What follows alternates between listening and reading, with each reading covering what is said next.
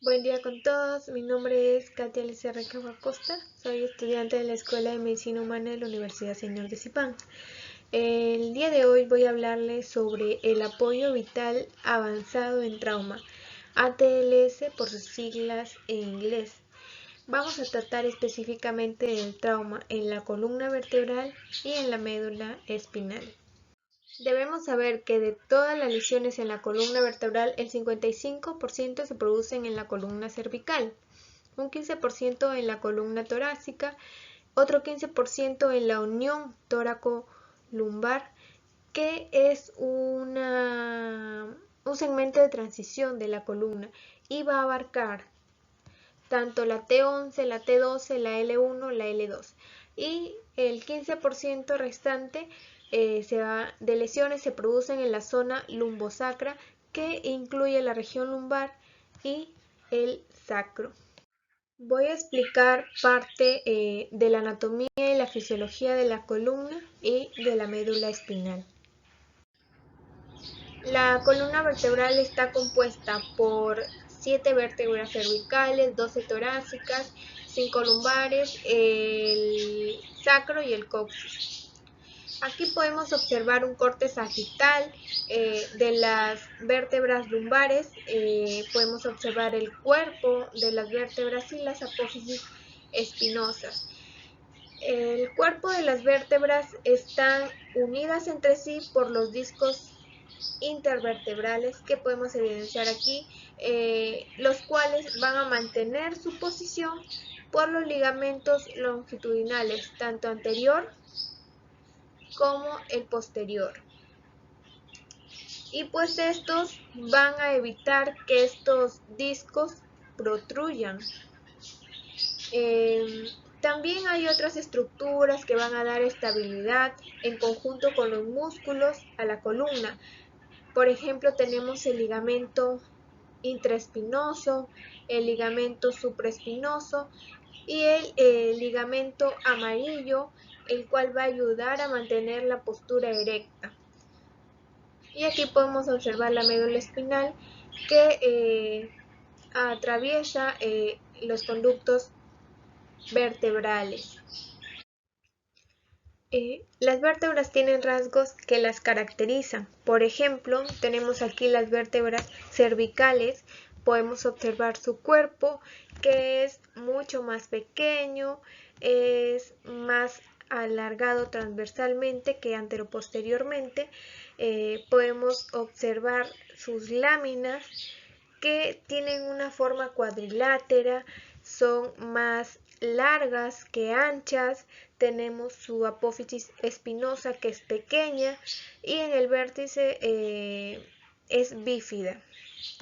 Y el foramen vertebral, que es mucho más amplio y tiene una forma triangular. En cambio, las vértebras torácicas tienen un cuerpo mucho más redondeado, mucho más voluminoso. Las láminas tienen una forma cuadrilátera, son casi verticales, son tan altas como anchas. La apófisis espinosa, que es mucho más larga, está inclinada hacia abajo, no está bifurcada, y el foramen vertebral, que es mucho más pequeño y es circular. Y en las vértebras lumbares pues tenemos que tiene un cuerpo mucho más voluminoso, tiene un diámetro transversal que es mucho mayor que el anteroposterior.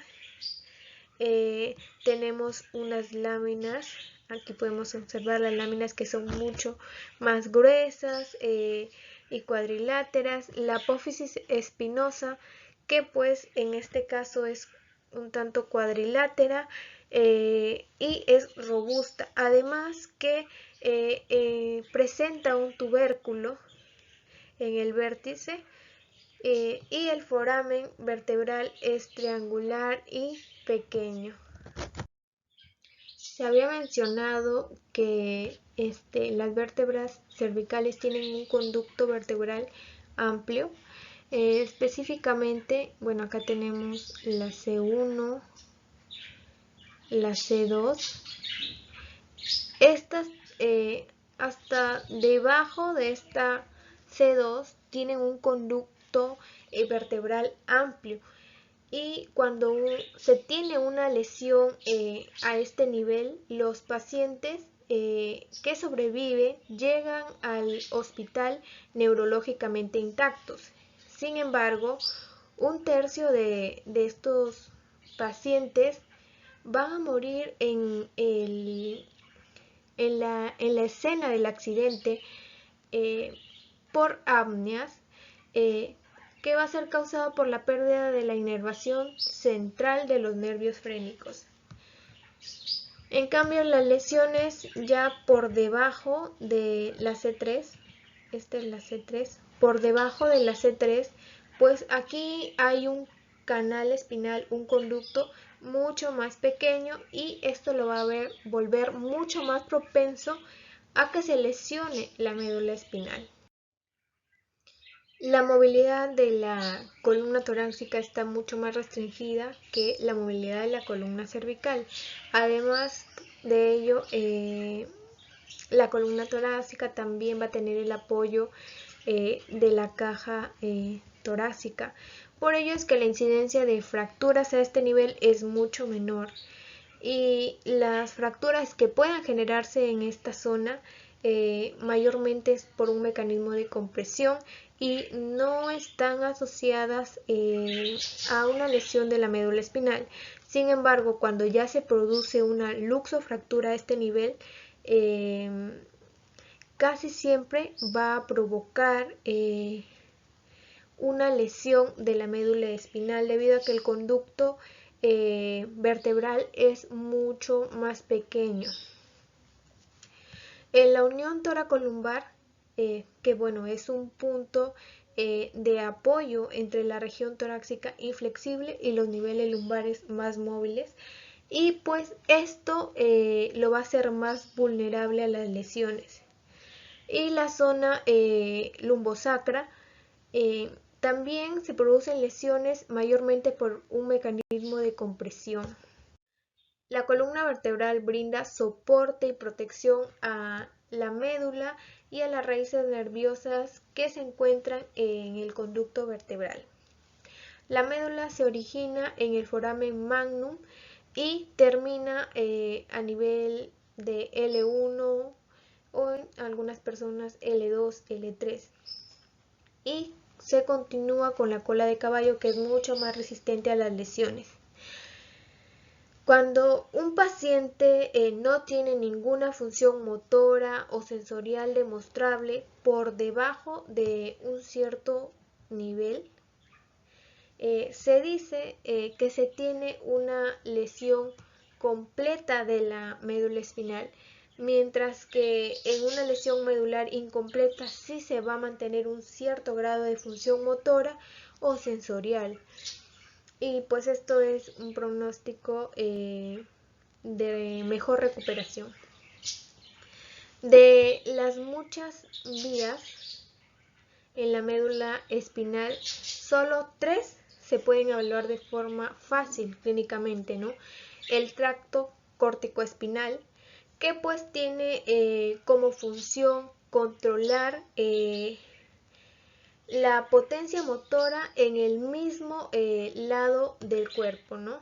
En el mismo lado del cuerpo, y se evalúa a través de las contracciones musculares voluntarias o las respuestas involuntarias a estímulos dolorosos en el paciente.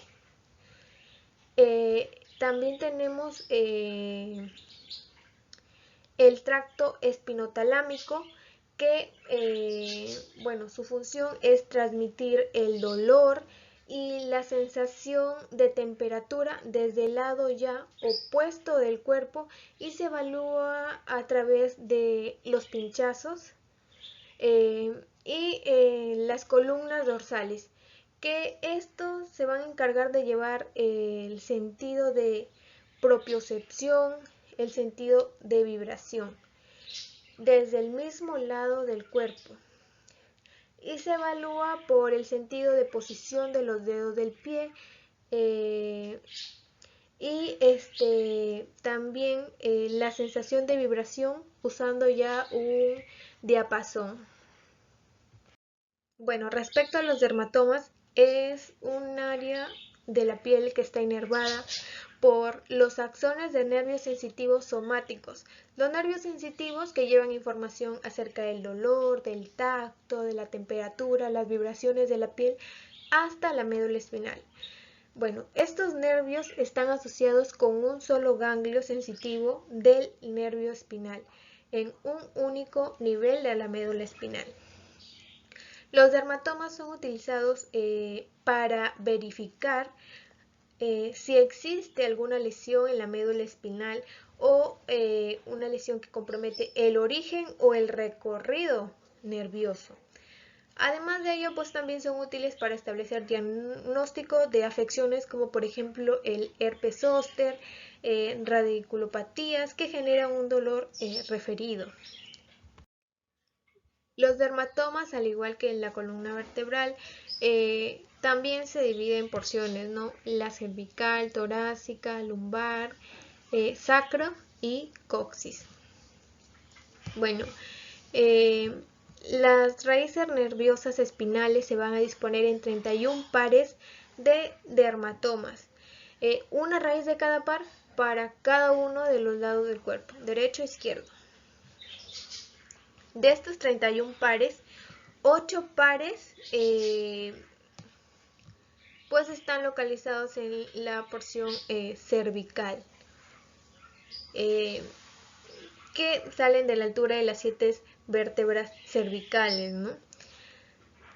Y estos dermatomas cervicales se van a encargar de inervar la piel de la zona de la nuca, del cuello, también de los brazos en la zona posterior, también